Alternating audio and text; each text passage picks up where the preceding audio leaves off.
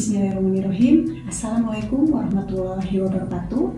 Selamat pagi Bapak Ibu penilai dalam sertifikasi dosen gelombang 1 tahun 2025.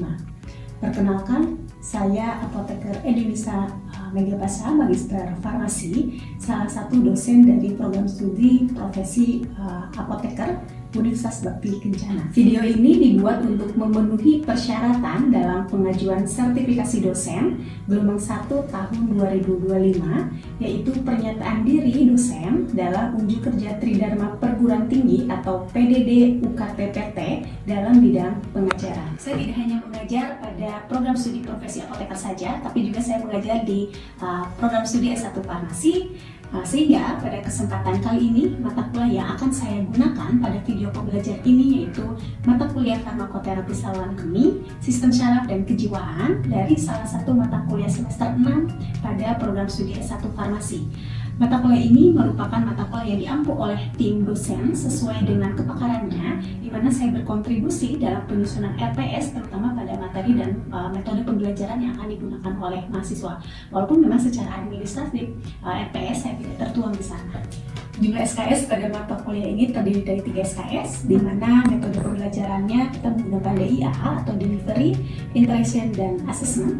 Kemudian untuk deskripsi mata kuliah ini yaitu memberikan pemahaman terkait anatomi dan fisiologi ginjal, saluran kemih dan sistem saraf, menjelaskan patofisiologi gangguan pada ginjal, saluran kemih dan sistem saraf, mengklasifikasikan obat-obat yang bekerja pada ginjal, saluran kemih dan sistem saraf, dan pemilihan terapi yang sesuai untuk gangguan pada ginjal, saluran kemih dan sistem saraf. Serta mahasiswa juga akan belajar bagaimana cara mengimplementasikan dan mengorganisasikan informasi obat yang dimiliki kepada masyarakat dengan pemberian konseling, informasi obat, dan edukasi tentang ginjal, saluran kemih, dan sistem saraf. Kemudian mata kuliah ini disesuaikan dengan perkembangan terapi sesuai dengan outcome klinis pasien maupun perkembangan-perkembangan yang ada di dunia kesehatan. CPL Prodi yang dibebankan pada mata kuliah ini terdiri dari 4, yaitu 1. Sikap, menunjukkan sikap bertanggung jawab atas pekerjaan di bidang keahliannya secara mandiri. CPL 2 yaitu pengetahuan, menguasai teori, metode, aplikasi ilmu dan teknologi farmasi meliputi farmaseutika, kimia farmasi, farmakognosi dan farmakologi, konsep dan aplikasi ilmu biomedik meliputi biologi, anatomi manusia, mikrobiologi, fisiologi, patofisiologi, etik biomedik, biostatistik, konsep farmakoterapi, pharmaceutical care, pharmaceutical practice, serta prinsip pharmaceutical calculation, epidemiologi, pengobatan berbasis bukti dan farmaekonomi. Kemudian CPL yang ketiga yaitu keterampilan umum, mampu mengambil keputusan secara tepat dalam konteks penyelesaian masalah di bidang keahliannya berdasarkan hasil analisis informasi dan data. Dan yang terakhir yaitu CPL 4, mampu mengidentifikasi dan menyelesaikan masalah terkait obat berdasarkan analisis informasi dan data menggunakan pendekatan berbasis bukti dalam perancangan, pembuatan atau penyiapan, pendistribusian, pengelolaan dan atau pelayanan sediaan farmasi untuk mengoptimalkan keberhasilan terapi. Sedangkan capaian pembelajaran pada mata kuliah ini terdiri dari 4, yaitu 1. Mampu melayani pasien dengan menjunjung tinggi nilai kemanusiaan dalam menjalankan tugas berdasarkan agama, moral, dan etika untuk menjelaskan serta memilih pemilihan obat sesuai tata laksana terapi penyakit. Kemudian CPM kedua yaitu mampu melakukan pemecahan dalam pengembangan dan pengelolaan sediaan serta pelayanan kefarmasian dengan pendekatan ilmu farmasi dalam mengelola informasi dari berbagai pustaka serta memilih antara obat yang digunakan sesuai kondisi pasien. Kemudian CPMK ketiga yaitu mampu menunjukkan kemauan meningkatkan kapasitas pembelajaran secara mandiri dalam menggunakan informasi dari berbagai pustaka serta memilih antara obat yang digunakan sesuai kondisi pasien. Dan yang terakhir yaitu CPMK 4 yaitu mampu menunjukkan hasil analisis informasi ilmiah dan data pasien, melakukan evaluasi terapi obat berbasis bukti, serta menyusun strategi pelayanan sediaan farmasi yang tepat, termasuk komunikasi efektif untuk mengoptimalkan keberhasilan terapi. Dalam mata kuliah ini memiliki pokok pembahasan yang menarik karena tidak hanya membahas teori saja, tetapi kita menyesuaikan dengan perkembangan berdasarkan berbagai kondisi klinis pasien, dan kita juga tidak hanya membahas masalah fisiologis, patofisiologis maupun farmakoterapi saja, tetapi diperkuat dengan adanya pokok bahasan terkait komunikasi, informasi, dan edukasi yang memang dibutuhkan oleh pasien guna untuk mencapai terapi yang maksimal, sehingga pokok pembahasan tersebut meliputi 1. Anatomi fisiologi ginjal dan saluran kemih, 2. Anatomi dan fisiologi sistem saraf, 3. Farmakoterapi gangguan ginjal kronis, obat-obat nefrotoksik, 4. Farmakoterapi epilepsi, 5. Farmakoterapi gangguan depresi dan ansietas, 6. Farmakoterapi gangguan tidur, 7. Farmakoterapi gangguan sakit kepala, migrain, dan vertigo, 8. Terapi herbal untuk gangguan saluran kemih, 9. Terapi herbal untuk gangguan saraf dan kejiwaan, 10. KIE gagal ginjal, 11 KIE epilepsi, 12 KIE depresi dan ansietas, ke-13 KIE gangguan tidur, dan yang terakhir adalah ke-14 KIE sakit kepala, migrain, dan vertigo. Referensi yang kami gunakan dalam mata kuliah ini cukup banyak, salah satunya ada di Piro tahun 2023 terkait di Piro farmakoterapi, patofisiologikal, terus edisi 12 dan lain sebagainya. Kemudian untuk referensi pendukung kita menggunakan terkait isu-isu terkini dalam berbagai kondisi klinis pasien, baik itu dari case report fasilitas kesehatan maupun dari artikel penelitian. Lalu kita juga menggunakan beberapa pedoman, baik itu guideline dan sebagainya, tergantung dari penyakit yang memang masuk ke dalam mata kuliah ini. Kemudian selain itu juga kami menggunakan buku, ini buku referensi yang saya buat bersama dosen-dosen baik itu dari Universitas Batu Kencana maupun dari Universitas luar, di mana buku-buku ini bisa digunakan dalam materi KIE.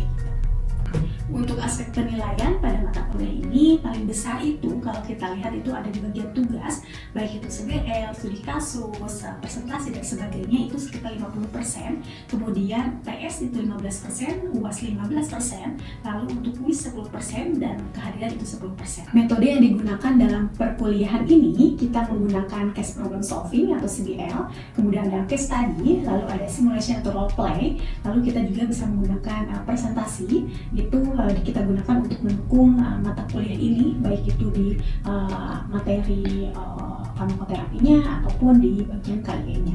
Kemudian untuk evaluasi perkuliahan ini kita dilakukan melalui tugas berdasarkan kasus, kuis, presentasi, UTS, dan UAS, sementara remedial itu dilaksanakan melalui pemberian tugas tambahan untuk materi yang memang belum dikuasai oleh mahasiswa. Berikut adalah contoh video pembelajaran mata kuliah farmakoterapi saluran kemih, sistem saraf, dan kejiwaan dengan materi KIE epilepsi yang akan dilakukan dalam proses perkuliahan secara offline.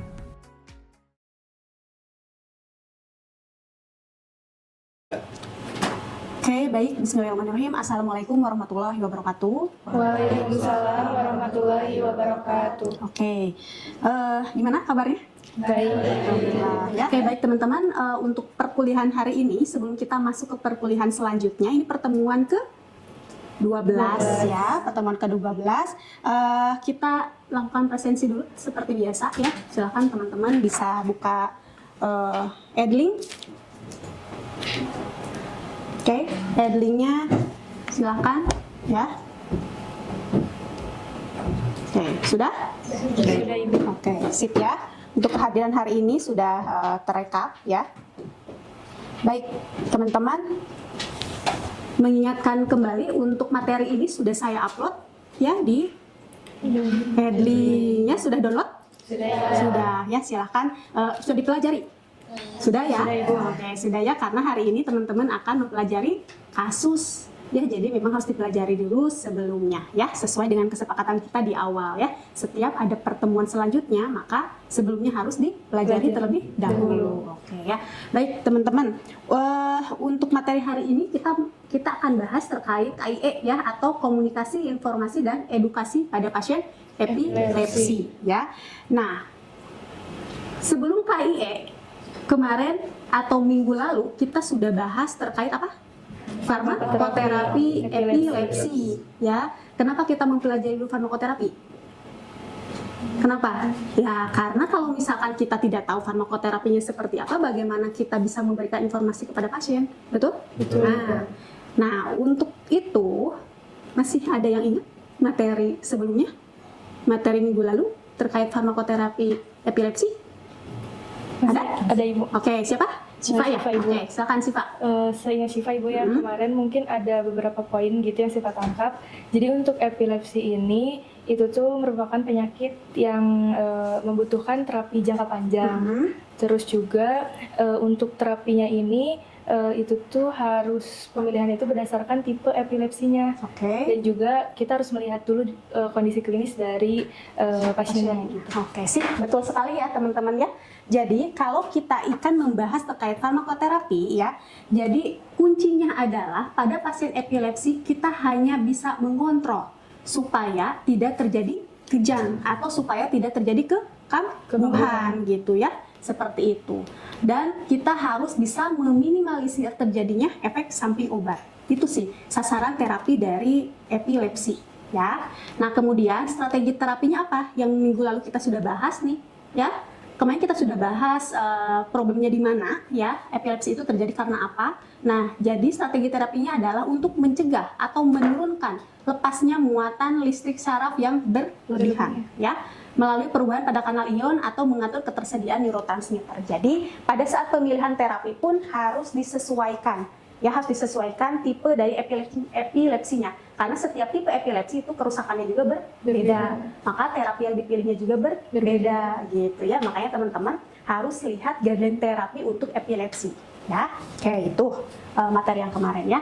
Nah, ini adalah pokok bahasan yang akan kita bahas hari ini, yaitu terkait pertama adalah pengantar KIE, kemudian metode dan dasar hukum KIE, lalu tahapan pelayanan dan konseling seperti apa, kemudian KIE pada epilepsi itu seperti apa, lalu studi kasus epilepsi, dan nanti di ending ada simulasi ya. Jadi nanti nih, ini poin ke-5 sampai ke-6 nanti kita akan bagi kelompok ya. Kelompoknya sebetulnya sudah kita bagi ya minggu lalu ya, biar teman-teman memang sudah berdiskusi sebelumnya ya. Jadi biar tidak wasting time gitu ya hari ini. Oke. Nah, untuk sub CPMK atau capaian pembelajaran hari ini, jadi diharapkan teman-teman setelah keluar dari kelas ini, setelah mengikuti materi ini, teman-teman mampu berkomunikasi efektif dalam menyelesaikan masalah terkait obat untuk pasien dengan gangguan saluran kemih, sistem syaraf, dan kejiwaan melalui simulasi. Ya, cuman memang kalau hari ini kita fokusnya ke dalam sistem saraf ya, yaitu epilepsi ya. Oke, kemudian metode pembelajaran yang akan kita lakukan hari ini yaitu berupa case study dan simulasi ya. Nanti akan kita lihat contoh kasus, kita review dulu awal, kemudian kita lakukan pengerjaan kasus ya per kelompok. Oke. Nah, ini adalah literatur yang teman-teman bisa gunakan dalam KIE epilepsi. Jadi yang pertama adalah terkait Permenkes ya, standar pelayanan kefarmasian di rumah sakit. Kemudian Kemenkes RI. Nah, di sini teman-teman bisa melihat bagaimana sih petunjuk teknis standar pelayanan kefarmasian di rumah sakit. Karena di sini kita bisa lebih jelas ya, lebih jelas bagaimana tahapan itu KIE ya, tahapan konseling, PIO dan sebagainya itu ada di situ. Silakan kalian nanti pelajari, bisa melihat dari Kemenkes RI ya. Kemudian kita juga bisa melihat dari ILAI ya, guideline, ini guideline untuk epilepsi. Kemudian bisa juga menggunakan American Academy of Neurology atau bisa menggunakan American Epilepsy Society. Ini guideline juga sama, nanti teman-teman bisa akses saja di sini ya. Ini selalu update jika ada keterbaruan ya. Kemudian ada juga NICE UK ini 2017 juga teman-teman bisa akses untuk melihat guideline dari epilepsi juga sama ya. Kemudian ada kalau di Indonesia kita bisa menggunakan Perhimpunan Dokter Spesialis Saraf Indonesia ya, ini juga sama, akan selalu update ketika ada perubahan-perubahan atau ada keterbaruan ya dari terapi si epilepsi itu. Begitu ya. Ya, oke. Nah, ini literatur. Teman-teman melihat nama saya di sini? Ini ya. Di sini ada nama saya ya. Di sini ada saya ya, ada 3 buku yang saya buat gitu ya, berkolaborasi dengan dosen-dosen di Universitas Bakti Kencana dan kolaborasi juga dengan universitas lain, dosen-dosen dengan universitas lain, di mana kalau misalkan teman-teman ini bisa diakses sih sebetulnya, ini aksesnya bebas, di perpus juga ada. Di sini teman-teman bisa melihat bagaimana sih cara menganalisis DRP, kemudian KIE itu seperti apa, konseling seperti apa, lalu juga apa sih teknologi yang bisa kita gunakan, karena kan namanya teknologi ya, apalagi ini terkait informasi obat akan selalu update dan sebagainya, ini ada di sini ya. Jadi teman-teman bisa menggunakan sebagai ya pendukung lah gitu ya untuk referensi materi hari ini. Oke, kemudian ini mungkin teman-teman sudah ada yang tahu, ada yang belum gitu ya. Untuk definisi dari KI itu sendiri adalah suatu bagian dari pelayanan farmasi klinik atau dispensing yang diberikan saat proses penyerahan obat kepada pasien. Ya, untuk memberikan apa? Informasi yang benar mengenai suatu obat. Ya, tujuannya buat apa? Tujuannya ini agar apa? Agar pasiennya minum teratur obatnya. Benar, jangan hanya teratur tapi obatnya itu tidak benar diminumnya. Ya, kalau misalkan obatnya teratur tapi tidak betul minumnya, ya outcome klinisnya juga tidak akan tercapai. Gitu ya. Nah, kemudian agar tidak terjadi kesalahan dalam penggunaan obat. Ya tadi ya DRP-nya akan kita cegah gitu ya dengan melalui ini. Kemudian sehingga efek yang diharapkan pasien dapat tercapai sesuai dengan harapan pasien ya. Kemudian ini KIE mencangkup berbagai metode ya, ada PIO. Jadi PIO konseling itu masuk ke dalam KIE. Ya, teman-teman ya. Nanti teman-teman tinggal pilih saja apakah akan memberikannya secara PIO saja, apakah hanya konseling saja. Tapi tergantung konseling, kapan kita menggunakan konseling, kapan kita hanya menggunakan PIO atau edukasi atau pemberian informasi obat saja, itu tergantung karena kalau konseling itu ada apa? Kriterianya ya. Jadi tidak semua pasien sebetulnya perlu dikonseling ya. Jadi ada kriteria, ada skala prioritas yang harus diberikan konseling. Jadi prioritas konseling. Nah, kalau epilepsi ada di mana? Nah, ini ya, pasien dengan terapi jangka panjang. Kenapa? Ya tadi, epilepsi itu mudah untuk kambuh. Kalau misalkan kita tidak mengontrol dengan kepatuhan minum obat, maka pasien akan rentan untuk terjadinya kejangka atau apalah gejala-gejala epilepsi begitu ya. Dan itu tidak bisa kita prediksi kapan munculnya gitu ya. Jadi harus kita kontrol. Makanya kita harus memberikan pemahaman kepada pasien bahwa pasien dengan epilepsi itu wajib minum obat, jangan sampai putus. Jangan putus di tengah jalan. Kalaupun misalkan harus diberhentikan obatnya, itu harus sesuai dengan instruksi dari dokter. Gitu ya.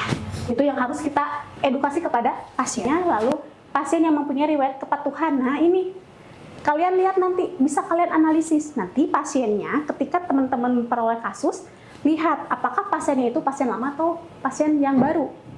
Ya, kalau yang pasien lama kita bisa melihat apakah dia itu kambuh lagi nggak epilepsinya. Kalau misalkan dia ada kekambuhan, ya barangkali ada problemnya di sini. Kita harus diidentifikasi kepatuhan minum obatnya seperti apa, gitu, ya. Oke, kalau misalkan ada problem di sini, ya itu yang harus kita selesaikan bareng-bareng bersama si pasien di sini. Ya. Lalu, nah ini ada yang sudah punya? Ini hanya salah satu ya aplikasi ya. Ada yang sudah punya? Sebenarnya kalau aplikasi dari informasi obat tidak hanya Medscape ya. Nah, apalagi? Drugbank, betul. Kemudian drugs.com ya. Itu sangat memudahkan kita sih, apalagi ini diaplikasikan, kita mobile kan ya, kapanpun orang mungkin kalau kita tahu sebagai tenaga kefarmasian itu akan akan menanyakan kita, ini bisa ya untuk melihat. Kemudian nah ini konseling dan informasi pada pasien epilepsi ini harus ditekankan ya, nanti pada saat kasus ini pahamkan pasien tentang sifat penyakit epilepsi. Kalau epilepsi itu adalah penyakit kronis? Penyakit kronis ya, oke ya. Penyakit kronis sehingga makanya perlu terapi jangka panjang ya. Nah, kronis kemudian pasti ada kekambuhan. Kalau misalkan tidak dikontrol dengan baik, kontrol dengan obat gitu ya. Tapi bisa dikontrol dengan obat. Ada yang bisa sembuh, itu harus disampaikan. Ibu jangan khawatir, walaupun misalkan memang terapi jangka panjang, kemudian bisa ada kekambuhan, tapi itu jangan khawatir, bisa dikontrol. Dengan apa? Dengan cara ibu patuh dalam minum obatnya. Jangan sampai kosong minum obat, ya. Kemudian tekankan pada perlunya kepatuhan dalam penggunaan obat anti epilepsi, ya. Oke, itu pada saat konseling sampaikan ini. Lalu sarankan pasien untuk menyampaikan kepada dokter jika ada keluhan. Jadi kalau misalkan pasien yang merasa ada keluhan pada saat minum obat, jangan dihem-hem sendiri gitu ya. Jangan jangan ya udah gitu ya, tiba-tiba mutusin aja. Saya gak mau ini, kayaknya saya ada efek samping ini, dia udah stop minum obatnya. Enggak begitu. Jangan memutuskan sendiri, tapi harus dikonsulkan kepada tenaga kesehatan yang berhubungan dengan ini gitu ya, dengan terapi pasiennya. Lalu sarankan pada pasien wanita ya untuk menyampaikan kepada dokter jika dia hamil atau berencana hamil agar dapat memilihkan terapi yang paling sesuai. Nah ini perlu diingat, kalian pada saat nanti menerima resep harus dilihat tuh pasiennya itu pasien apa, perempuan atau laki-laki. Kalau perempuan, coba dia ada riwayat epilepsi nih misalkan gitu ya. Ada rencana untuk hamil nggak? Karena kalau misalkan ada rencana untuk hamil, itu harus 6 bulan tuh harus ada penyesuaian dulu obatnya gitu. Ya, jadi harus cari dulu obat epilepsi yang memang dia tidak sifatnya teratogenik gitu dan sebagainya itu harus jadi pada saat switch-nya juga jangan langsung pada saat hamil langsung di switch. Nah itu takutnya malah timbul kekambuhan dan sebagainya, kaget atau apa gitu ya. Jadi harus ada tahapannya ya, 6 bulan sebelum hamil. Oke, nah ini artikel penelitian yang tadi saya sampaikan ya, bahwa ternyata konseling itu memang sangat berpengaruh ya kepada knowledge-nya, kepada attitude, praktisnya, dan quality of life-nya kepada pasien epilepsi. Jadi sangat penting. Makanya sekarang kita simulasi. Nah, ini review sebelum masuk ke case study yang harus teman-teman lakukan. Teman-teman, nah ini contoh ya, kita review bareng-bareng. Contoh kasus, ya, seorang pasien laki-laki usia 28 tahun, datang ke apotek dengan membawa resep dari dokter saraf. Pasien memiliki riwayat epilepsi sejak usia 15 tahun dan sebelumnya tidak rutin. Nah, ada problem di sini? Ada apa problemnya? Tidak rutin minum obat. Artinya? Tidak patuh. Oke. Masuk DRP? Masuk. Oke ya.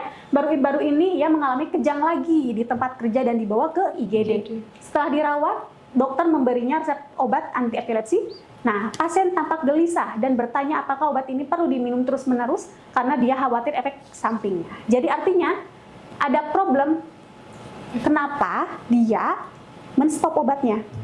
Problemnya di mana? Dia takut ini. Takut efek samping. Artinya apa? Artinya si pasiennya ada ketertutupan dengan tenaga kesehatan. Ya, jadi pada saat ada problem dia tidak terbuka kepada pasien, padahal kan ketika ada keluhan itu sampaikan, jangan memutuskan gitu ya. Itu yang harus dilakukan konseling nanti pada saat itu. Kemudian ya tadi ya, jadi kepatuhan minum obatnya rendah juga ya. Ini resepnya adalah asam valproat 500 mg tablet sebanyak 30, kemudian signanya 2 DD 1 PC ya. Jadi seharinya 2 kali 1 tablet setelah makan. Nah, lakukan analisis DRP, persiapan materi konseling dan lakukan konseling. Oke, kita langsung masuk ke dalam case study, teman-teman ya. Duduknya sudah berkelompok ya. Oke, sudah sesuai dengan pembagian kelompok kemarin ya. Oke, silakan selamat mengerjakan. Waktunya hanya 30 menit ya. Jadi silakan dimulai dari sekarang. Oke, sudah selesai semuanya ya. 30 menit sudah berlalu. Kita lanjutkan ke review ya, review hasil hasil diskusi kalian, case study kalian tadi sudah dikerjakan dari masing-masing kelompok. Bisa perwakilan kelompok siapa yang akan menjelaskan hasil analisis DRP dan persiapan materi konseling yang akan disampaikannya itu apa saja? Ada? Oke, silakan. Adit, silakan ke depan. Adit kan? Iya, Ibu. Ya, silakan Adit.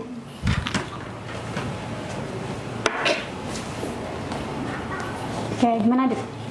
Baik Ibu dan teman-teman, di sini hasil dari diskusi kami terkait analisis DRP. Di sini kami menemukan ada 3. Yang pertama, masalah kepatuhan. Ini perlu dilakukan dikarenakan pasien masih baru. Dan yang kedua, efek samping potensial karena di obat levetiracetam ini terdapat efek samping yang perlu dijelaskan kepada pasiennya. Dan untuk kebutuhan edukasi, ini wajib diadakan karena memang pasiennya masih baru. Oke. Jadi untuk poin 1 sampai 7 itu aman semuanya? Untuk indikasi tanpa terapi, lalu terapi tanpa indikasi, dan seterusnya ini aman. Aman, oke, Ya. sip. Kalau untuk persiapan materi konselingnya? Untuk persiapan materi konseling ini paling yang dibutuhkan tuh seperti penjelasan obatnya seperti apa, setelah itu cara pemakaiannya seperti apa, lalu efek sampingnya, lalu ada peringatan dan pencegahannya seperti apa, dan yang terakhir memberitahu kepada pasien bahwa pentingnya kepatuhan. Oke, Ya. sip. Aplaus buat Adit, silakan duduk kembali ya. Jadi sebelum kita masuk ke simulasi, kita review sedikit apa yang sudah disampaikan oleh Adit, teman-teman ya. Jadi betul ya, kalau kita lihat kasus yang tadi, itu poin 1, indikasi tanpa terapi itu aman ya? Oke, kenapa? Karena sudah sesuai, pasiennya memang sesuai dengan epilepsi ya, indikasinya oke. Terapi tanpa indikasi sudah sesuai, oke, karena obat apa tadi? Oke, itu sudah sesuai dengan epilepsi juga ya, obatnya sudah disesuaikan ya. Selain terapinya ya, sebagai second line first line terapi sebagai generasi kedua dari obat epilepsi ya, obat tersebut. Kemudian pemilihan obat tidak tepat. Aman ya, sudah sesuai tadi ya. Lalu dosis tidak tepat. Dosisnya tadi sudah dihitung? Sudah sesuai dengan literatur? Oke, aman. Lalu rute atau sediaan tidak tepat. Rutenya tadi apa? Oral ya, tablet. Sudah sesuai ya, karena tidak ada problem ya. Oke. Kemudian duplikasi obat? Tidak ada. Kayak di resepnya ada berapa obat? 1 ya. Tapi ini pun sebetulnya harus dikonfirmasi ya. Apakah memang ada obat lain atau tidak gitu. Tapi kalau misalkan pasiennya pasien baru epilepsi, untuk duplikasi obat dan resepnya cuma 1 sepertinya tidak ada duplikasi ya. Kecuali nah ini mungkin yang interaksi obat ya. Kalau misalkan kita hanya melihat dari resepnya saja hanya 1 obat itu tidak ada interaksi, tapi harus dikonfirmasi juga ke pasiennya, barangkali pasiennya di rumah ada mengkonsumsi obat. Nah, itu harus dicek juga, dibantu sama kita untuk mengecekkannya. Nah, yang tadi betul kata Adit ya, masalah kepatuhan itu harus sebenarnya belum tahu ya, cuman ini ada kemungkinan, makanya kita harus memberikan edukasi ya terhadap kepatuhan minum obat. Kemudian efek samping potensial, tadi betul ya ada beberapa efek samping dari obat tersebut, maka itu harus disampaikan kepada pasien, disebutkan kalau misalkan tumbuh atau timbul gejala-gejala seperti ini, maka harus seperti apa gitu ya antisipasinya. Lalu yang ke-10 adalah kebutuhan edukasi betul. Pasien baru ya, makanya harus diberikan pengetahuan.